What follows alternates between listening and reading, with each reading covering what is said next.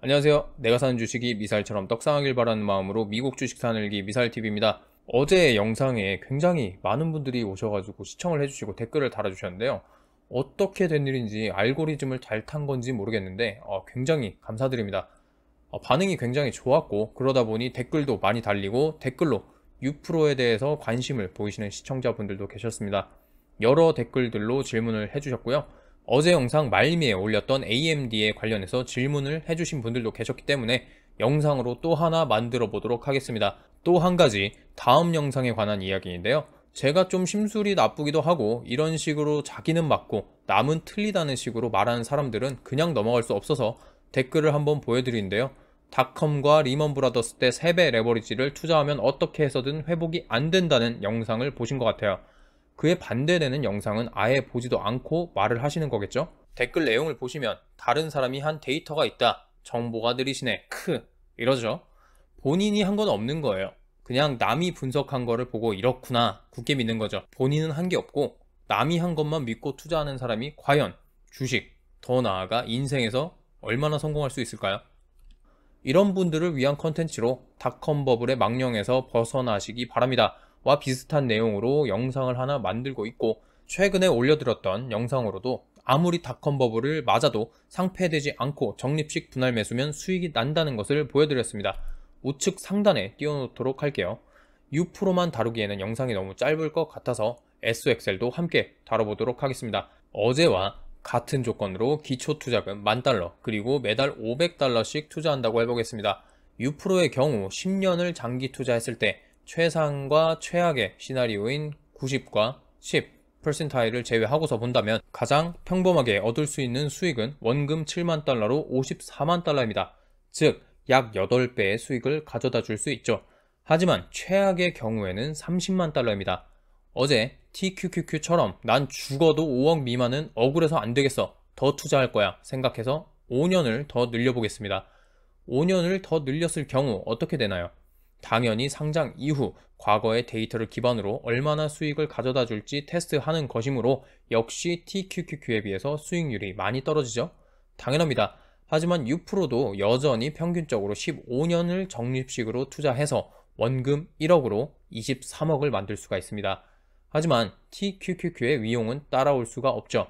TQQQ는 113억이었습니다. 그렇다면 이 두 가지를 함께 투자한다고 했을 때 이런 선택지가 있을 거예요. 나는 더 큰 수익을 원하고 더 공격적인 투자자이시면 3배 레버리지 투자금에서 TQQQ는 7에서 8, 그리고 U%는 2에서 3 정도, 즉 7대3과 혹은 8대2의 비율로 투자하시면 되겠습니다. 그러면 제가 항상 제목에 붙여놓지만 약간은 소홀히 했던 SOXL도 한번 보시겠습니다. 10년은 넘어가고 15년으로 결과값을 보고 어제 봤던 TQQQ와 오늘 봤던 U%의 15년 투자 결과와 비교를 해보겠습니다. 먼저 SOXL의 차트를 잠깐 보시고 이해하기 쉽도록 세 가지 결과를 한자리에 모아놓고 설명을 이어나가도록 하겠습니다. TQQQ와 SOXL 두 종목 모두 경기가 과거 데이터처럼 무난하게 흘러간다면 15년 투자 시 100억 이상의 수익을 보여주지만 위아래로 갈수록 점점 수익률 차이가 벌어지죠. 그 결과 최상의 시나리오일 때 차이는 굉장히 큰 걸로 나타납니다. TQQQ의 경우 최상의 시나리오일 때 600억이었는데요. SOXL의 경우는 말도 안 됩니다. 얼마죠? 1,400억 이상입니다. 이런 차이는 왜 나는 걸까요? 아실 만한 분들은 다 아시죠? 간단한 이치입니다. 이 두 종목이 추종하는 지수의 차이니까요. SOXL이 추종하는 필라델피아 반도체 지수는 기껏 해야 30개 회사들이 모여있는 지수이기 때문에 변동성이 훨씬 큽니다. 그래서 변동성만 가지고 보면 500개의 회사가 모여 지수로 환산되는 S&P 500을 추종하는 U%와 나스닥 100 지수를 추종하는 TQQQ에 비해서 훨씬 더 크죠.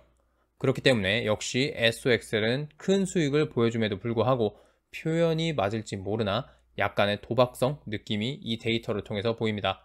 그러니 제가 생각할 때 더더욱 조심하셔야 할 겁니다. 또한 SOXL의 경우 변동성 때문에 최악의 수익률이 7억 정도밖에 되지 않습니다. 1,400억과 7억의 차이는 어마어마하죠. 저는 30억만 있어도 땡큐라 SOXL에는 그렇게 많이 투자할 생각은 없습니다. TQQQ의 15년 최악의 수익금은 20억으로 나와 있고요. 아무튼 최악의 경우에도 7억인 SOXL이지만 여전히 U-PRO의 최악의 경우인 6억보다는 수익률이 높습니다. 이렇게 세 가지 경우를 모두 한번 모아봤는데요. 한눈에 보시기 편하셨을 겁니다.